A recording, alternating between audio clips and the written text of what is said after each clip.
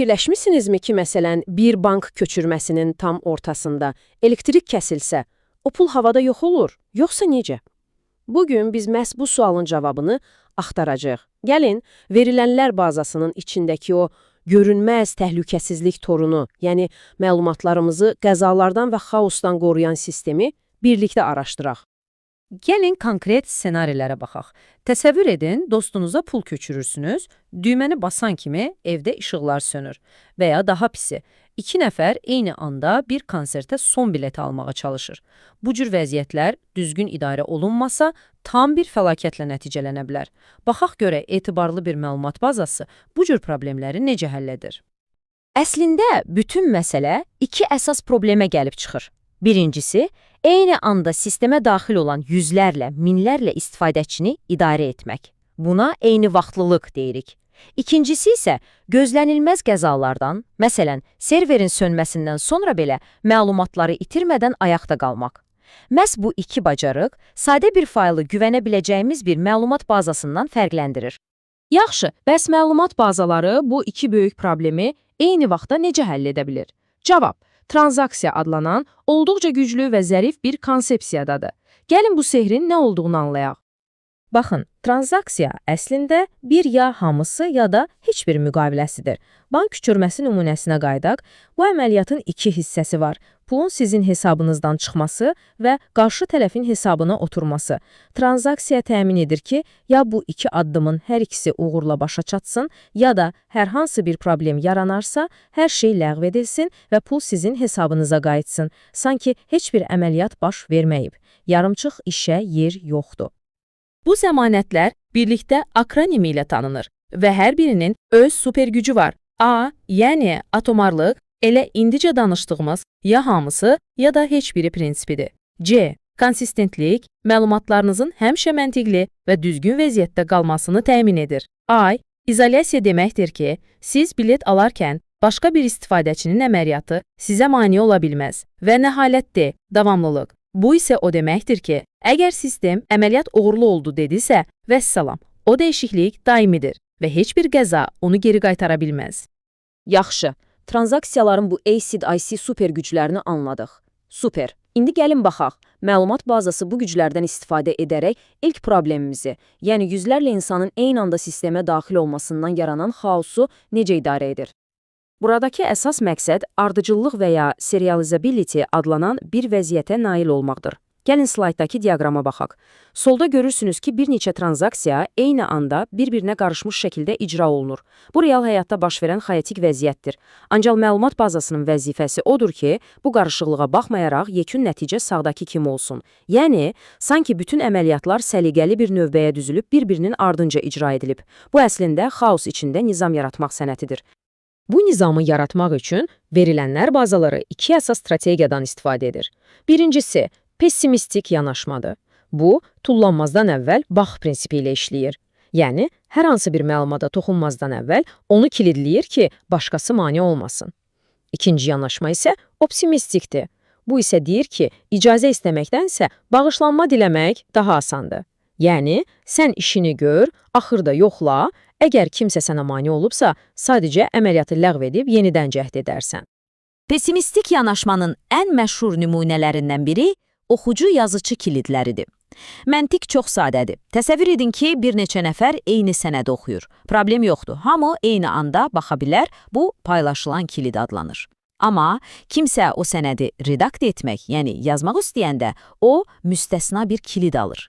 Bu kilid aktiv olan müddətdə başqa heç kim, hətta oxucular belə həmin sənədə yaxın dura bilməz. Bu, həm sürəti qorumağa, həm də məlumatların bütövlüyünü təmin etməyə imkan verən mükəmməl bir balansdır.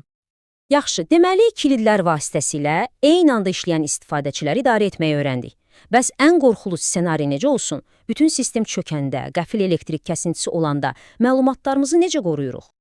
Bax, Camab öncədən yazma jurnalı, yəni qısaca VAL adlanan bir texnologiyadadır. Bunu məlumat bazasının qara qutusu kimi düşünün. Təyyarələrdəki qara qutu kimi, o da baş verən hər şeyi qeydə alır. Ən vacib məqam isə budur. Hər hansı bir dəyişiklik edilməzdən əvvəl, ediləcək dəyişikliyin bir qeydi məhz bu jurnala yazılır. Bu sadə ardıcıl jurnal heç bir dəyişikliyin unudulmamasını, itməməsini təmin edir. Və buradakı qızıl qayda budur. Əvvəlcə jurnala yaz, sonra məlumatları dəyişdir. Soruşa bilərsiniz ki, niyə?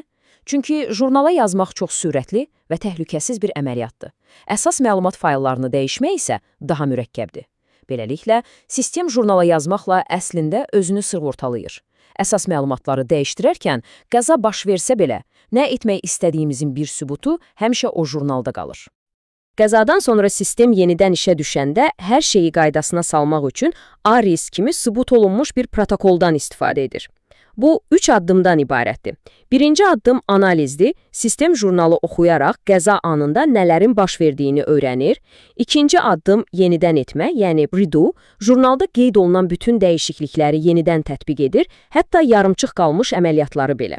Və nəhayət üçüncü addım geri almadır, yəni undo. Sistem bütün yarımçıq təsdiqlənməmiş əməliyyatların etdiyi dəyişiklikləri bir-bir ləğv edir, sonda məlumat bazası tamamilə təmiz və etibarlı bir vəziyyətə qayıdır.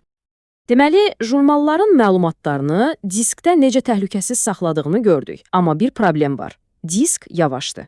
Bəs məlumat bazaları həm bu qədər təhlükəsiz, həm də eyni zamanda necə sürətli olmağı bacarır? Bu, sürətli yaddaş ilə yavaş, amma daimi olan disk arasında qurulan incə bir balans aktıdır. Baxın, prosesləri sürətləndirmək üçün verilənlər bazaları tez-tez istifadə olunan məlumatları kompüterin operativ yaddaşında, yəni RAM-da saxlayır. Bu sahəyə səhifə keşi və ya bufer hovuzu deyilir. Yaddaşdan oxumaq, diskdən oxumaqdan inanın minlərlə dəfə daha sürətlidir. Bu sanki kitabxanada ən çox oxunan kitabları rəfdə axtarmaq əvəzinə elə masanın üstündə hazır saxlamaq kimidir. Amma burada çox kritik bir sual ortaya çıxır. Operativ yaddaş, yəni RAM, qeyri-stabildir. Kompüter sönən kimi içindəki hər şey silinir. Bəs dəyişikliklərimiz bu sürətli keşdən daimi diskə köçürülməmişdən əvvəl qəza baş verərsə, bizi nə qoruyur?